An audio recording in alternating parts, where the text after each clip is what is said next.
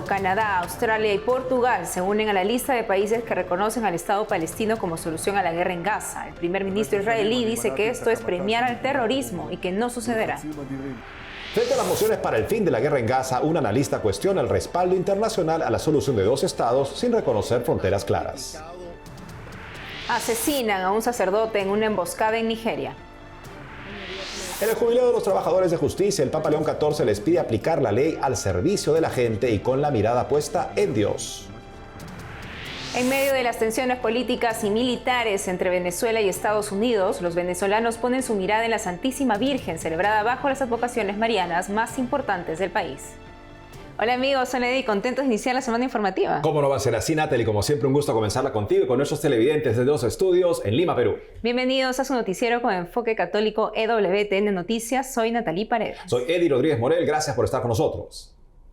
Empezamos las noticias con información sobre la guerra en Tierra Santa, donde varios países liderados por Gran Bretaña han otorgado reconocimiento diplomático a un Estado palestino en las últimas horas, mientras la ocupación israelí en Gaza continúa. Se trata del Reino Unido, Canadá, Australia, Portugal, entre otros, que se suman a una lista creciente de países que ya han reconocido a la fórmula de dos estados independientes, Israel y Palestina, como solución a la guerra en Gaza, reporta Associated Press. Ese número asciende ya a unas 150 naciones. Según BBC, muchos países iniciaron el reconocimiento a Palestina en 1988, cuando el Consejo Nacional Palestino proclamó la independencia, entre ellos China, India, Malasia y Rusia. Otros se sumaron en los años posteriores hasta la cifra de hoy con nuevos países. Incluso la Santa Sede está a favor de esta moción. Se espera que Francia se una a esta lista esta semana. Junto con Arabia Saudita patrocinan este lunes una conferencia en las Naciones Unidas para reforzar el apoyo a la solución de dos estados. Frente a esto, el primer ministro israelí Benjamin Netanyahu se mantiene firme. Escuchemos.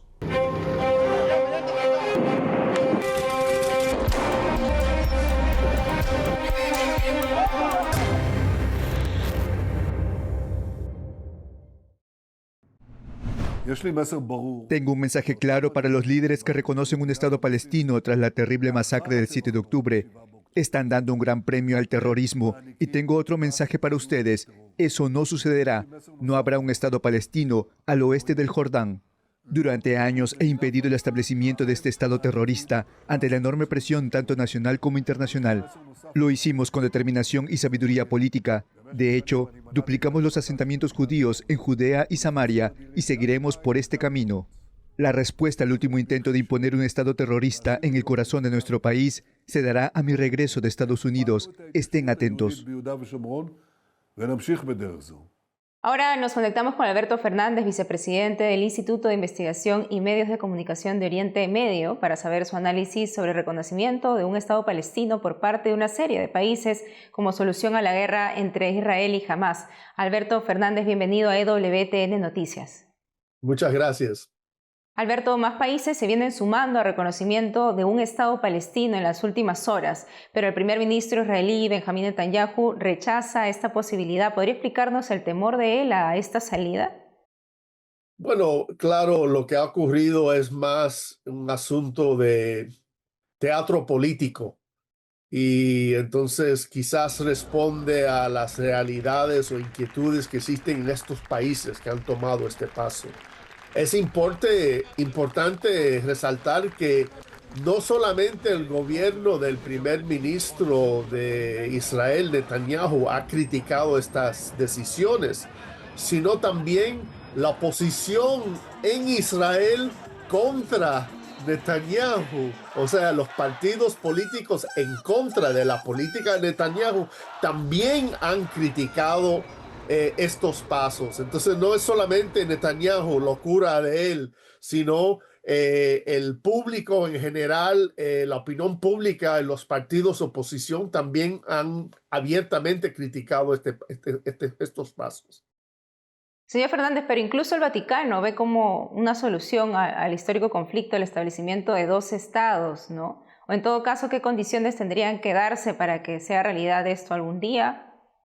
Bueno, claro, el problema en principio decir, bueno, estamos en favor de dos estados o reconocemos dos estados, ¿verdad? Eso en principio parece una posición muy razonable. El problema es reconociendo un estado que no tiene fronteras, todo el lío todo el catástrofe del asunto en el terreno sagrado en Palestina, en Israel, es asunto de fronteras. ¿Quién manda dónde? ¿Quién controla qué? Y entonces muchos le parecen quizás una falta de responsabilidad. Abiertamente decir, bueno, reconocemos un estado, pero este estado no sabemos dónde está, cuáles son sus fronteras, cuál es la realidad política en ese estado. Por ejemplo, es política de prioridad de Hamas que ellos quieren tomar posesión del Estado palestino. Ellos quieren derrocar el gobierno de la autoridad palestina y tomarlo. Entonces, ¿qué quiere decir eso? Los países de Occidente acaban de reconocer un futuro Estado islamista, radical, terrorista en territorio palestino. Y entonces ese es el problema, la incertidumbre del reconocimiento. En principio tiene cierta lógica, pero en realidad tiene grandes incertidumbres. Entonces, señor Fernández, ¿esta no sería una buena solución para este conflicto? Bueno, no tiene nada que ver con el conflicto. Ese es el problema. Eso es porque yo lo digo que es teatro político. Uno puede decir que pudiera tener efectos positivos políticos en el futuro. Uno pudiera decir eso, pero no afecta en ninguna forma el conflicto actual que existe en el terreno, que es entre Israel y el grupo terrorista Hamas. Hamas que se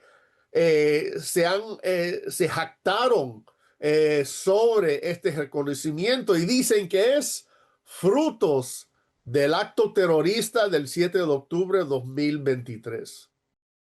¿Y cuál sería la respuesta de Estados Unidos e Israel? ¿Resistirían quedarse solos frente a estos países que igual están aumentando su presión, ¿no?, de dos estados independientes? Bueno, Estados Unidos no tiene ningún problema estando solo en el ámbito mundial si piensa que está en el paso correcto. Entonces, para Estados Unidos no es nada nuevo.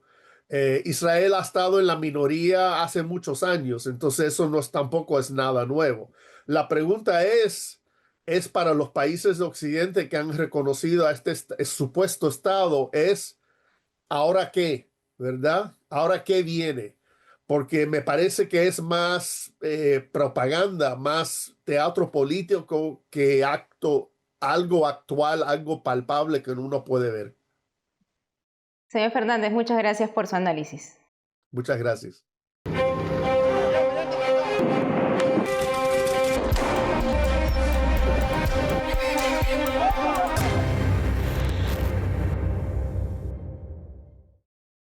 Y en Nigeria, un sacerdote fue asesinado en una emboscada en una carretera en el estado de Enugu, sureste del país. Se trata del padre Matthew Eya, párroco de San Carlo de Ena-Nidiagu. El 19 de septiembre último, al menos 2 hombres armados en motocicleta dispararon contra los neumáticos de su carro, obligándolo a detenerse. Luego le dispararon a quemarropa. Fue un asesinato selectivo, según la agencia Fides. Hay 38 detenidos y ofrecen una recompensa equivalente a más de $6,000 por información que conduzca a los responsables. La diócesis de Nsukka expresó su profundo dolor y solidaridad con la familia del sacerdote fallecido. Y en el Jubileo de la Esperanza, este fin de semana, los trabajadores judiciales de todo el mundo también tuvieron una jornada de reflexión junto al Santo Padre en torno a su fundamental labor como gestores de decisiones que determinan el curso de vidas y hasta naciones. Nuestra corresponsal Paola Flynn nos cuenta.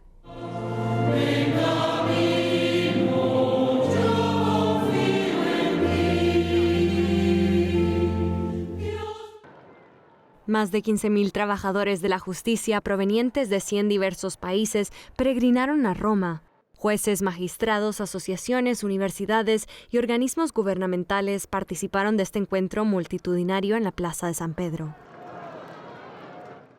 Antes de la audiencia con el Papa León XIV, Monseñor Juan Ignacio Arrieta, secretario del Pontificio Consejo para los Textos Legislativos, impartió una lectura sobre el trabajador de la justicia como instrumento de esperanza. En una entrevista con EWTN, el prelado español explicó que estas profesiones se dedican a propiciar el orden, la justicia y la verdad, que contribuyen a la paz social. Yo creo que son todas estas profesiones que, como digo, la ley protege, la ley civil protege por el secreto profesional, secreto de esto, que crean, que conquieran ese contexto de mayor atención a la persona y que son donde se desarrolla un ambiente pues, de confianza y de esperanza. La gente busca la salud espiritual o la justicia, que se repare la justicia, ¿no? Por eso son instrumentos de justicia, de esperanza. Durante el encuentro, el pontífice afirmó que la justicia no puede reducirse a la simple aplicación de la ley o al trabajo de los jueces, ni limitarse a los aspectos procedimentales. Añadió que la definición social de justicia dispone a respetar los derechos de cada uno y a establecer en las relaciones humanas la armonía que promueve la equidad respecto a las personas y al bien común. Sin embargo, explicó que esta debe complementarse con la definición de justicia que muestra el Evangelio. La justicia evangélica, quindi, La justicia evangélica entonces no aparta de la justicia humana, sino que la interroga y transforma, la impulsa a ir siempre más allá, porque la orienta hacia la búsqueda de la reconciliación. El mal no solo debe sancionarse, sino también repararse, y para ello es necesaria una mirada profunda hacia el bien de las personas y el bien común. Es una tarea difícil, pero no imposible, para que inconsciente de desempeñar un servicio más exigente que otros, se comprometa a mantener una vida intachable. Con estas palabras, el Papa abogó por una justicia capaz de conjugar lo sobrenatural con lo humano. Queridos amigos, el jubileo nos invita a reflexionar también sobre un aspecto de la justicia que a menudo no se tiene suficientemente en cuenta. La realidad de tantos países y pueblos que tienen hambre y sed de justicia, porque sus condiciones de vida son tan injustas e inhumanas que resultan inaceptables. Antes de despedirse, el Santo Padre invitó a los presentes a ejercer la justicia al servicio del pueblo y con la mirada puesta en Dios. Algunos de los que escucharon sus palabras provenían del Ministerio de Justicia de la República Italiana, la Corte Suprema de los Estados Unidos, la Corte Suprema de Brasil, Colombia y España, además de la Magistratura del Vaticano. La pace sia con voi. En Roma, Paola Flynn, EWTN Noticias.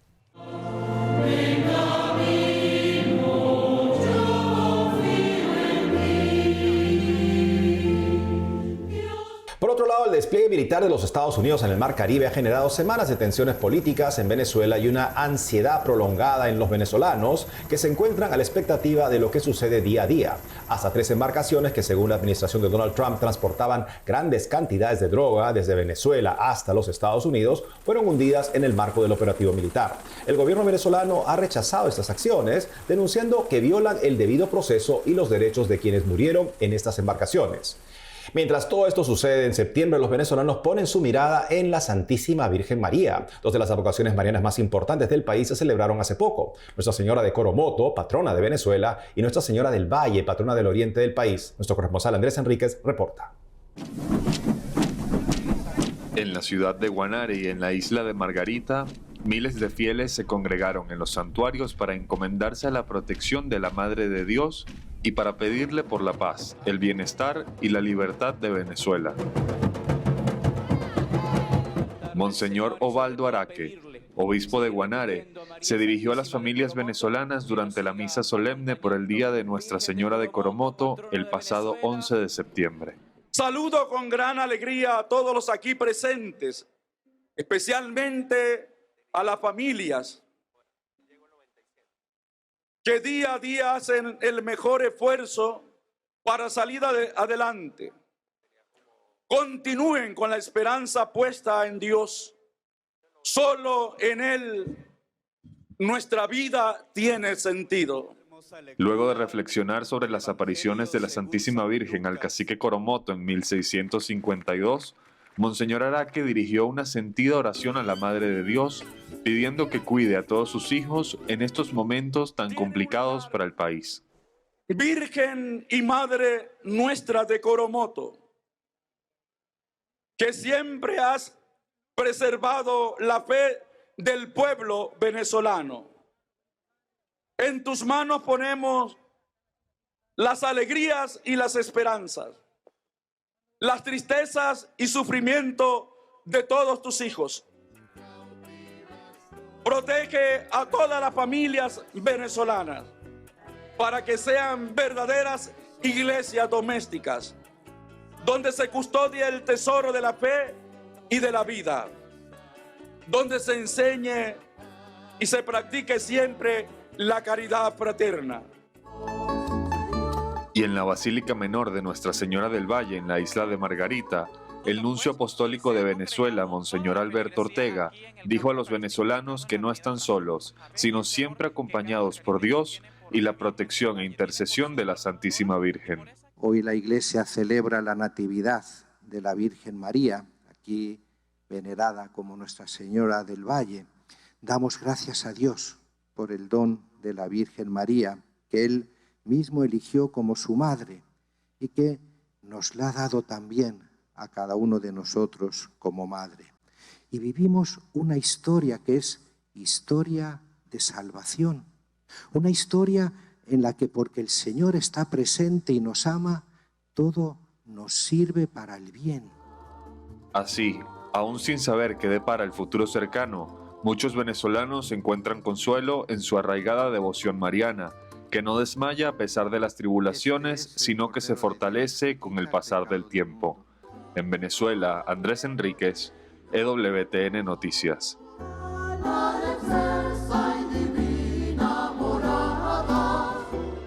Hacemos una pausa y al volver, la esposa del activista conservador Charlie Kirk, asesinado a tiros en Estados Unidos, perdona al atacante durante el funeral. Además, conocemos a centenares de laicos que viven el celibato como parte de una comunidad católica en Brasil. Regresamos con más noticias con Enfoque Católico.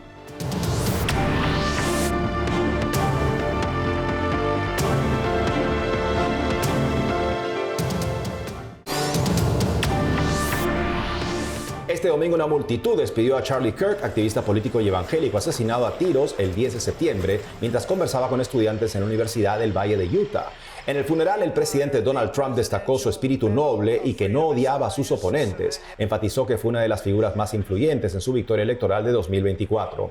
En el State Farm Stadium en Glendale, Arizona, la esposa de Charlie Kirk, bautizada católica, destacó que la devoción de su marido a Cristo ha influido en muchos estadounidenses después del asesinato. Dijo que perdonaba al atacante de su esposo. Escuchemos. Yo lo perdono porque fue lo que hizo Cristo y es lo que Charlie habría hecho. La respuesta al odio no es el odio. La respuesta que nos da el Evangelio es el amor, siempre el amor. En Brasil hay centenares de laicos que viven en celibato, es decir, no se casan y prestan un genuino servicio a Dios. Son parte de la comunidad católica Shalom. Sobre cómo llevan su vocación informa nuestra corresponsal Natalia Queiroz. En un mundo marcado por el ruido, la inmediatez y la sensualidad, más de 700 hombres y mujeres se reunieron en Fortaleza, Brasil, para proclamar una verdad contracultural, el amor pleno a Dios, vivido a través del celibato. Fue el primer congreso de célibes de la comunidad católica Shalom, un encuentro que celebró la semana pasada la radicalidad del Evangelio y la belleza de una vida consagrada. Primeiro, celibato es una gracia. El celibato es una gracia que Dios concede a sus hijos. Lo viven hombres y mujeres que se consagran totalmente a Dios, dedicando tiempo, servicio, fuerzas y todo su ser a la vida consagrada y a la evangelización. Esto solo es posible porque Dios les concedió a este hombre y a esta mujer la gracia de vivir ya en la tierra lo que viviremos plenamente en el cielo. Por lo tanto, el célibe es una persona llamada a vivir la vida de Jesús aquí en la tierra. Este fue el estado de vida de Jesús. Jesús era pobre, obediente y casto. Víctor, miembro consagrado de Shalom, ha hecho sus votos perpetuos en el celibato por el reino de los cielos. Él comparte la motivación que lo llevó a abrazar esta vocación. Lo primero y más importante en mi decisión por el celibato fue mi relación personal con Jesucristo, una relación que se hace plena en la entrega total por ese amor que nos llena completamente.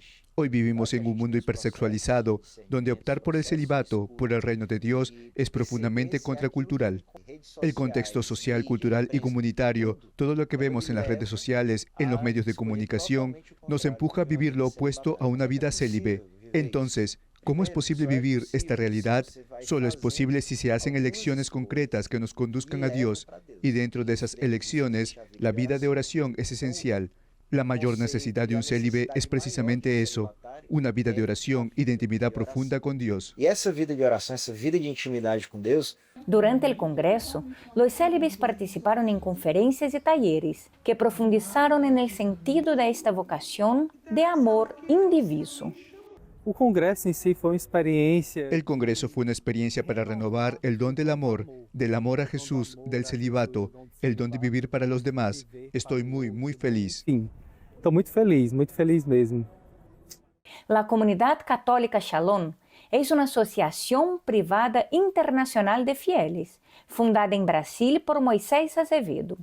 Sus miembros, sean laicos casados o célibes, se dedican a evangelizar en todos los ámbitos de la sociedad. Durante el Congreso, el fundador animó a los célibes a vivir su vocación desde la dimensión del servicio, como una entrega concreta y generosa al anuncio del Evangelio. El lugar del célibe es el lugar del servicio. Lo han dejado todo por esta vocación, porque desean servir al Señor con todo su corazón, con todas sus fuerzas y sin ataduras. Quieren ponerse al servicio de todos. Para mí el Congreso fue una gran alegría con muchos descubrimientos. Escuché de los fundadores enseñanzas que nunca había escuchado y creo que muchas personas tampoco. Queda en mi corazón el deseo de decir, aquí estoy, envíame.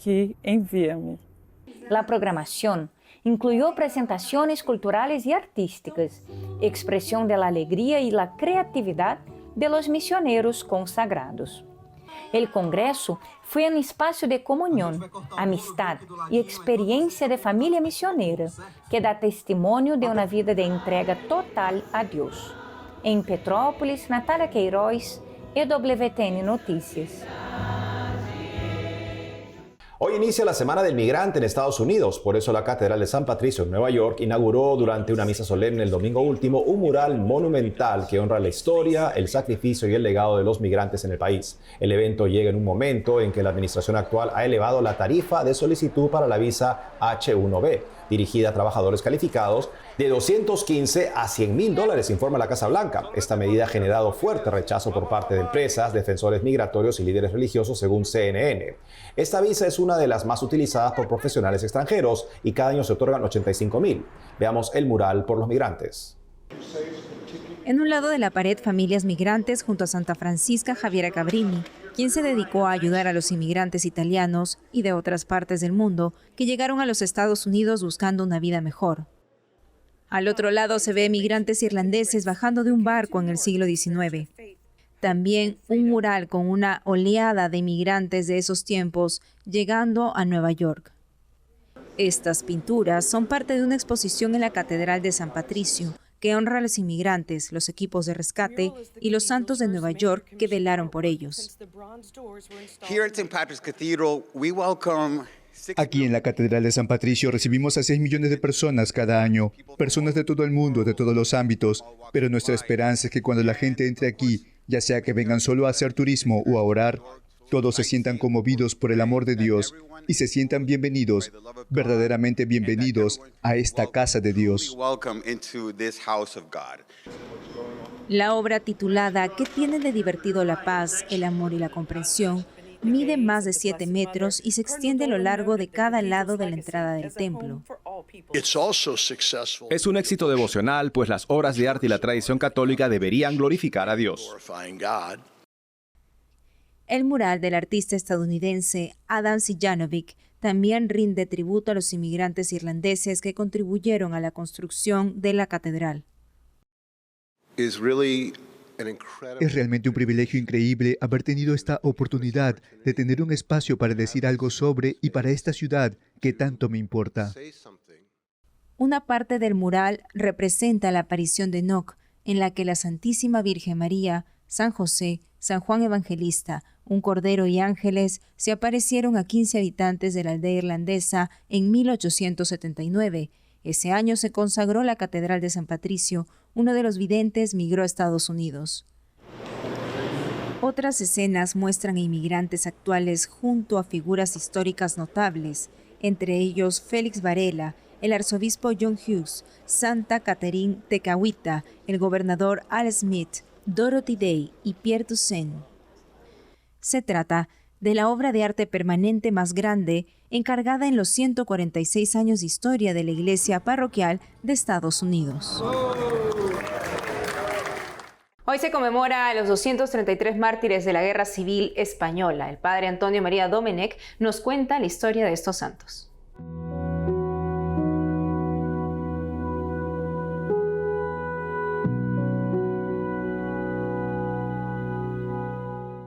Bueno, en la Guerra Civil, este grupo de 200 pertenece sobre todo al entorno de la diócesis de Valencia. En realidad hay más de 2.000 beatos que se celebran en conjunto en la fiesta del 6 de noviembre. Hoy se celebra solo lo que es el conjunto de beatos que se han beatificado respecto de la diócesis de Valencia y algunos religiosos. Y lo más importante de todos ellos es que murieron perdonando a sus enemigos. La gran mayoría perdonan y entienden que son mártires por Jesucristo, pero que los matan no saben lo que están haciendo. Como decía Jesús en la cruz, perdónalos porque no saben lo que hacen. Pues son un conjunto de obispos, en concreto 13, y más de 1.000 sacerdotes y un buen número de laicos y religiosas que murieron por defender su fe, por ser fieles a Jesucristo, algunos solo porque iban a misa y nada más. Entonces, lo que fue la revolución comunista en España se gira contra el alzamiento nacional del general Franco, pero también en una persecución encarnizada contra la Iglesia, quemando santos, imágenes, iglesias, profanando la Eucaristía donde pueden, incluso cementerios, como que no respetaban nada. La verdad es que siempre va a haber mártires, hay que tener en cuenta que la sangre de mártires es semilla de cristianos y nos puede pasar en cualquier momento. Yo creo que la fidelidad a Cristo en las cosas pequeñas luego nos dará la gracia suficiente para ser fiel en las cosas grandes, aunque nos pidieran la vida. Pero todos tenemos que estar dispuestos a dar la vida por Jesucristo. Por una mentira nadie da la vida.